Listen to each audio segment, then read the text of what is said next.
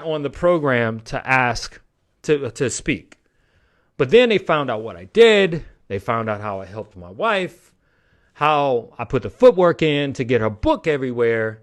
And they said, well, can you stand up and, and kind of share some marketing strategies and some strategies about, getting your book published and distributed everywhere, right? And so I got up, and the first thing I said was, please do not say that you are a bestseller when you're not, because we know when you're lying.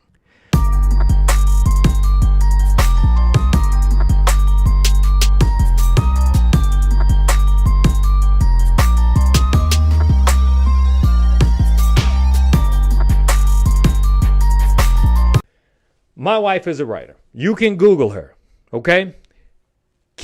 Author Kimberly Fain, and you'll see her face come up.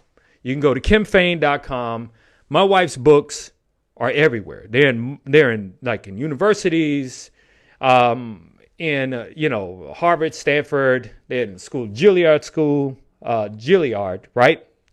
They're all over the place. University of Chicago, Rice University, everywhere in different countries. And we worked our ass off to do that, and we worked our ass off to get her to a point to where people could just Google her and a Google profile would pop up. Now, that's not something you can pay for, okay? You have to work your ass off to get it. But here's the thing. Some people that have it, they got there through false means, okay?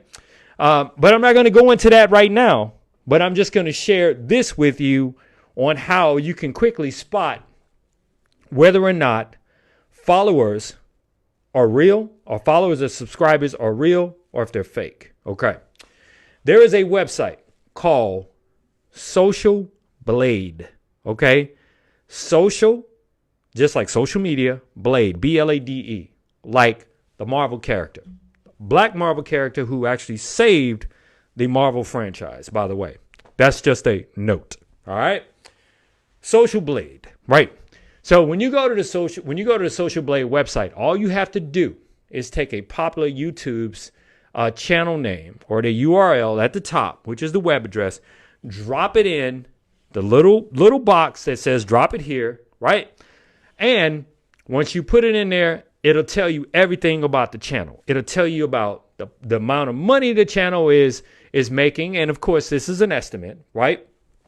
It'll also tell you about how many followers they're gaining and how many followers they're losing.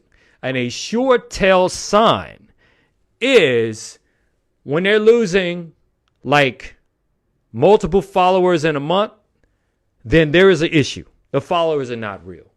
People do not go through the whole plan or the whole execution of subscribing to a channel only for a crap load of them to exit within 30 days. So that is a sure tell sign that something is wrong. But I want to say this, okay, because I kind of got off track a little bit. Let me go back to the whole book thing when I was talking about my wife and what we did.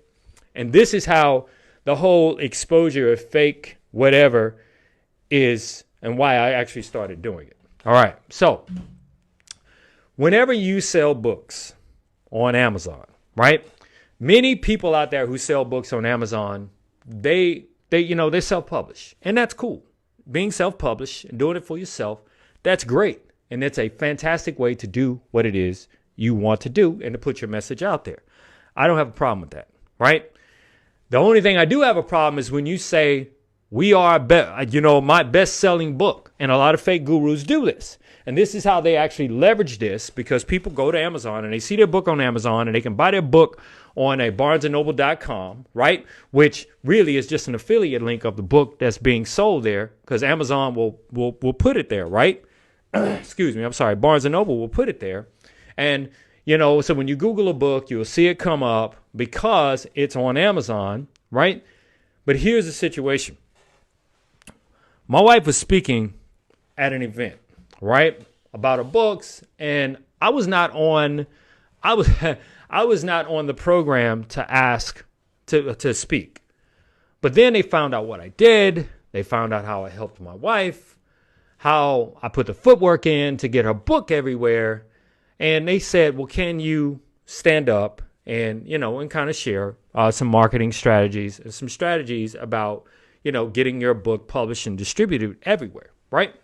And so I got up, and the first thing I said was, please do not say that you are a bestseller when you're not, because we know when you're lying. And I went on to explain the software that we use to track what books are selling across what platforms and how many books and what's the estimated revenue, etc. Now, there's certain things we can track and certain things that we can't track. But when you have a self-published book and you say using some kind of creative space or something like that on Amazon, we could easily tell how much you're selling, and we can easily tell how much you're getting paid based on what Amazon will pay you for publishing a book. And little did I know, there was a guy in the audience who has been living his entire existence off of his self-published books, right? And he's talking about his Amazon bestseller, et cetera, et cetera, et cetera. And I'm like, when I said that, I made an enemy that day. Okay?